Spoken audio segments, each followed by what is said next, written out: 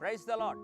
యేసుక్రీస్తు దివ్యనామంలో ఉదయకాల సమయంలో వాక్యం వీక్షించుచున్న మీ అందరికీ నా హృదయపూర్వక వందనాలు తెలియజేస్తున్నాను. ఉదయకాల సమయంలో అయ్యో ఈ భయంకరమైనటువంటి పరిస్థితి నా కుటుంబంలో దాపరించి ఉందే లేదా ఆవరించి ఉందే, ఎవరు నాకు సహాయం చేస్తారు? ఎంతోమందిని నేను ఆశ్రయించాను, కానీ అందరూ నా చెయ్యి విడిచిపెట్టారని ఉదయకాల సమయంలో దిగులు పడుతున్నావు కదా. అవును, ఏదో ఒక సహాయం నీకు కావాలి. ఈ సహాయం మనుషుల దగ్గర దొరుకుతుందేమో అని ఎంతో మందిని ఆశ్రయించావు. బంధువులను ఆశ్రయించావు, స్నేహితులను ఆశ్రయించావు, తోబుట్టులను ఆశ్రయించావు, నా అనుకున్న వారందరినీ ఆశ్రయించావు. కానీ ఎవరి దగ్గర నీకు సహాయం దొరికే విధంగా కనబడటం లేదు కదా. ఉదయకాల సమయంలో దేవుడు ఒక అద్భుతమైనటువంటి వాగ్దానం నీకు ఇచ్చి నేను బలపరచాలని ఆశపడుతున్నాడు. యెషయా గ్రంథము 41వ అధ్యాయం 10వ వచనం, నీకు సహాయము చేయువాడను నేనే, నీతి అను నా దక్షిణ హస్తంతో నిన్ను ఆదుకొందును. Praise the lord. దేవుడు అంటున్నాడు, నీకు సహాయము చేయువాడను నేనే అని దేవుడు అంటున్నాడు. ఎంత అద్భుతమైనటువంటి వాగ్దానం అండి.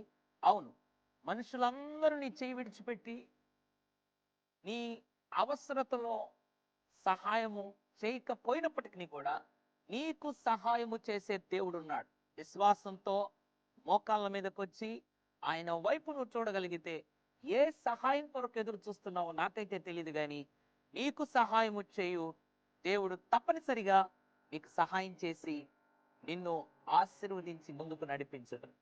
నీ ఉద్యోగ విషయంలో సహాయం చేస్తాడు, నీ ఇంటి నిర్మాణము విషయంలో సహాయం చేస్తాడు, వివాహం విషయంలో సహాయపడతాడు, నీ గర్భఫలము నీకు అనుగ్రహించడంలో సహాయపడతాడు, నీ ప్రమోషన్ విషయంలో సహాయపడతాడు, నీ పరిచయలో సహాయపడతాడు, నీ సంఘ విస్తరణలో సహాయపడతాడు, నీ సంఘ అభివృద్ధిలో సహాయపడతాడు. అందుకే ఆయన వాగ్దానం చేస్తున్నాడు, నీకు సహాయం చేయవాడను నేనే.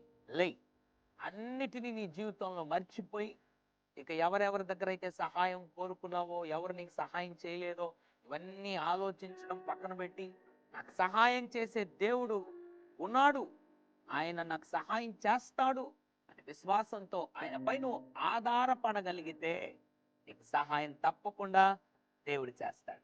అంత మాత్రం కాదు, నీతి అను తన దక్షిణ హస్తంతో నిన్ను ఆదుకుంటాడు. పరిశుద్ధ ప్రేమగల తండ్రి, నీకు వందనాలు.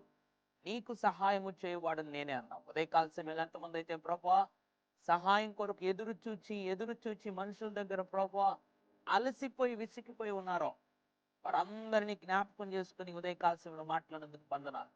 ఇక మీదట నీకు సహాయము చేస్తానని వాగ్దానం ఇచ్చినావు.